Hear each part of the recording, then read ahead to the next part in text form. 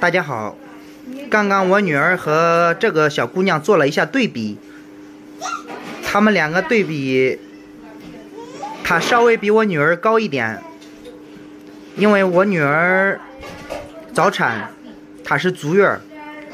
刚才用秤称了一下她们两个重量，我女儿比她还重2斤。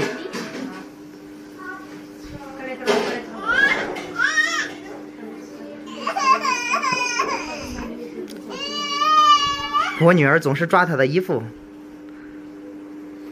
刚才两个人打架特别可爱，她拍她的手，她用手拍她的手。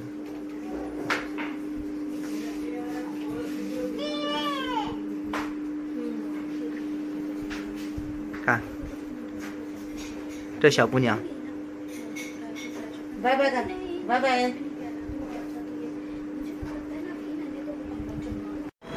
看他们家还有电脑，这是我老婆同父异母哥哥家里面，没有他的哥哥了。以前他的哥哥也是军人，现在已经不在了。他们每个月还可以领一点抚恤金，但是抚恤金不多，只有1万多。然后1万多再加上他们这家伙，他现在已经开始慢慢的去工作了，可以养家糊口了。他们家有一个小电脑，我们大家可以看得出来啊，只要是不败家的，然后他们日子都可以过得很好。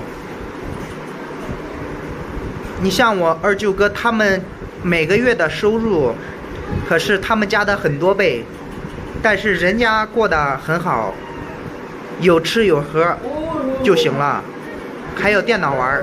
再看一下我二舅哥家里面，每个月我丈母娘都给他很多钱，但是没有几天都被他们花完了。看，这是我老婆的哥哥和他的嫂子。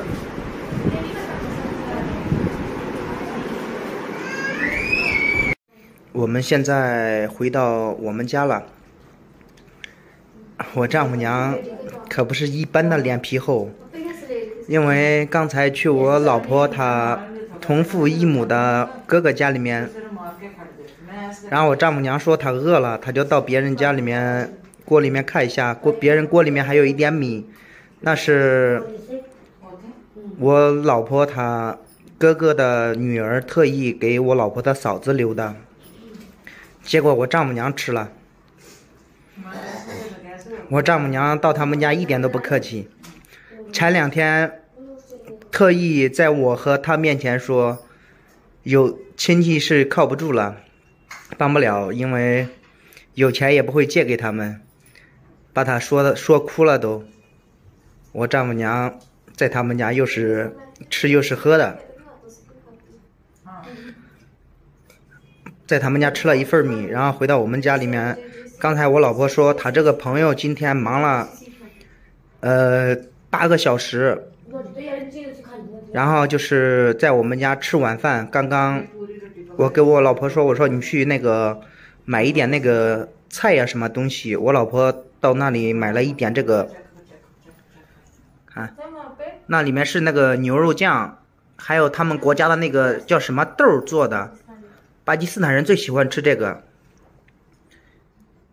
现在他们在吃饭。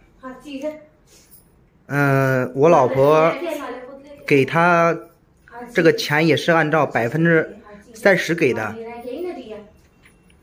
因为如果有人美发修发，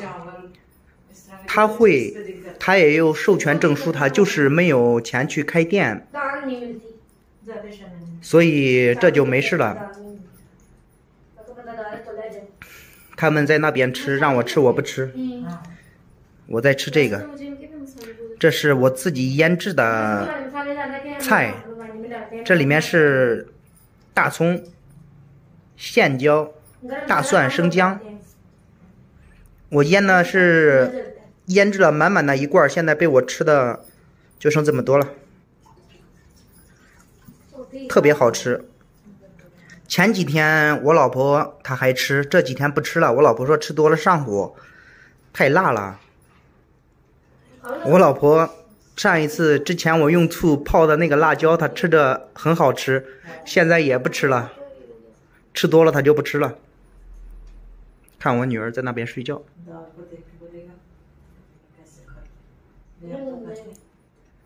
其实巴基斯坦人和我们中国人不太一样，我发现大部分的人啊，就是普通人，他们无论去谁家，只要别人家有吃了，问他要不要吃饭，他只要想吃，立刻就答应，是不会客气的，直接就说可以。如果他不想吃，他就直接说不吃。在巴基斯坦就是这样子。如果比如说啊，我老婆的朋友，他有一个朋友和他玩的非常好，然后带着我老婆去他朋友家里面，到他朋友家里面，只要说我们家那里有吃的，有那个什么什么饭，你们要不要吃？他只要饿了，他就肯定说吃，一点都不带客气的，直接就吃。因为巴基斯坦人他就是这样子。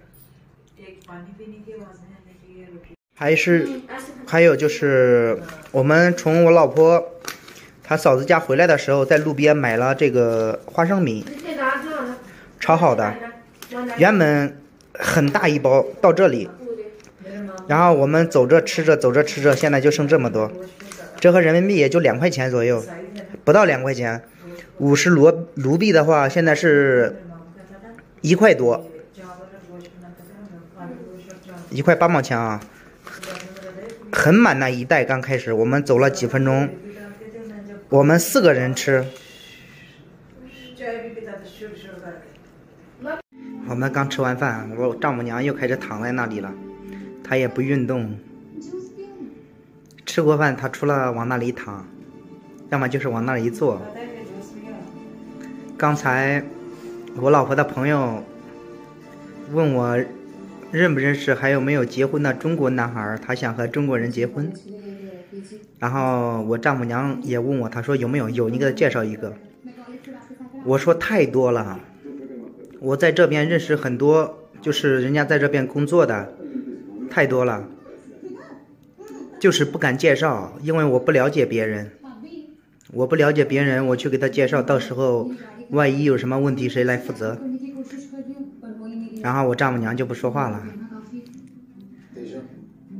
我丈母娘她刚开始想什么？她想着如果给她介绍一个中国男朋友，结婚之后那个中国人会感谢她，会给她一点钱。当时我说你自己去给她找吧，我不插手这件事情，因为我不了解什么情况，女孩我也不了解，男孩我也不了解，我拿什么去给他介绍，对不对？再说了，我也不懂。然后我丈母娘就不说话了，往那里一躺，开始看电视。好了，今天我们的视频就录制到这里，非常感谢大家收看我们的视频，也非常感谢大家的支持。